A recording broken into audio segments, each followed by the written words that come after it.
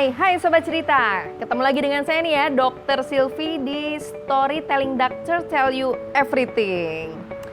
Kayaknya masih semangat banget ya aku membahas tentang student life. Jadi sekalian aja ya kita bahas tentang tips yang ketiga, yaitu bagaimana kamu menghubungi dosen supaya sopan dan dosennya merasa happy juga gitu ya.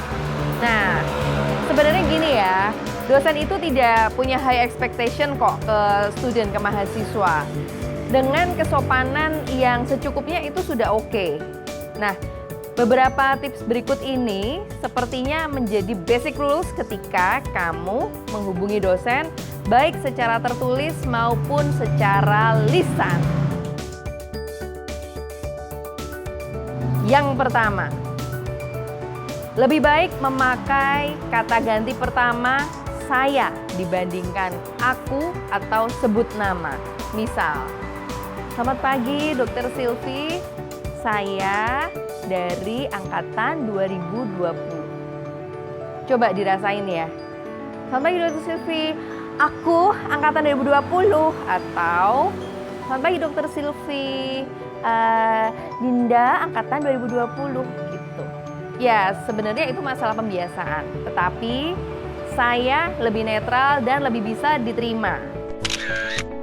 Yang berikutnya, ketika mau menulis teks kepada dosen, minimalkan singkatan-singkatan supaya tidak membuat salah paham. Ya, SDG, YG, LBH atau apa, ya.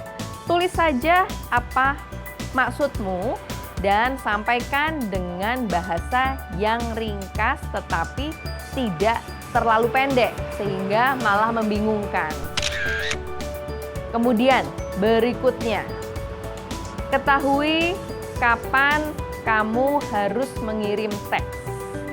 Jangan mengirim pada larut malam atau pagi-pagi buta atau ya, kirimkan pada jam-jam yang normal sehingga dosen bisa membalas dengan segera atau membalas ketika sudah luang. Yang berikutnya, jangan mengejar-ngejar. Jika kamu harus mengulang kembali mengirimkan teks itu karena tidak mendapatkan respon, maka mohon maaf terlebih dahulu.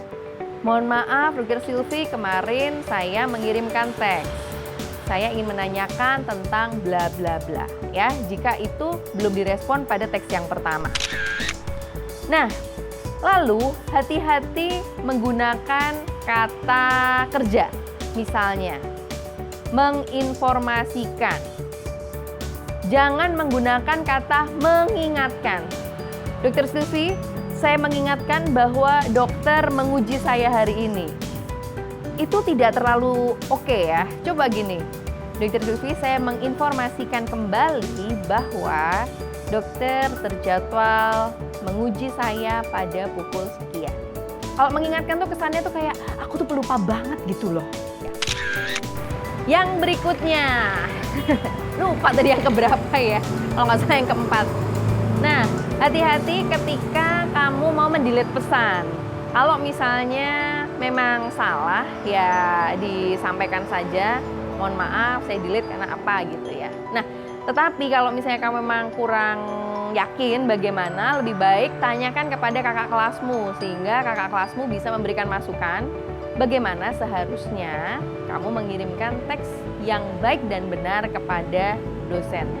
Sebenarnya tidak seribet itu, seperti tadi saya bilang, kesopanan kamu itu standar-standar saja cukup. Jadi nggak perlu juga yang mohon maaf sekali, semoga ini tidak mengganggu dokter atau mengganggu bapak, ibu, itu tidak perlu. Jadi gunakan sopan santun seperlunya saja. Nah, gimana kalau bicara langsung? Nah, bicara langsung itu lebih enak sebenarnya. Karena ketika terjadi suatu kesalahpahaman itu bisa langsung diselesaikan pada saat itu juga, ya. Walaupun demikian, tetap berusahalah untuk berkomunikasi dengan dosen, baik itu dosen pembimbingmu, baik itu dosen pengampu mata kuliah, supaya kamu tidak hanya belajar satu arah saja, tetapi ada diskusi dan komunikasi yang baik dengan dosen-dosenmu.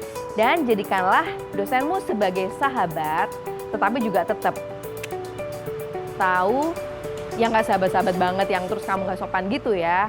Tetap akrab dengan aturan dan sopan santun yang sewajarnya. Gitu ya, semoga student life menjadi menyenangkan untuk kita semua. Nah, oke, jangan lupa ya subscribe, like, share, dan komen sehingga kamu ngerti loh kalau saya ngeluarin video-video seru tentang student tips. Oke, ketemu lagi pada vlog saya yang berikutnya. STD, Storytelling Doctor, tell you everything.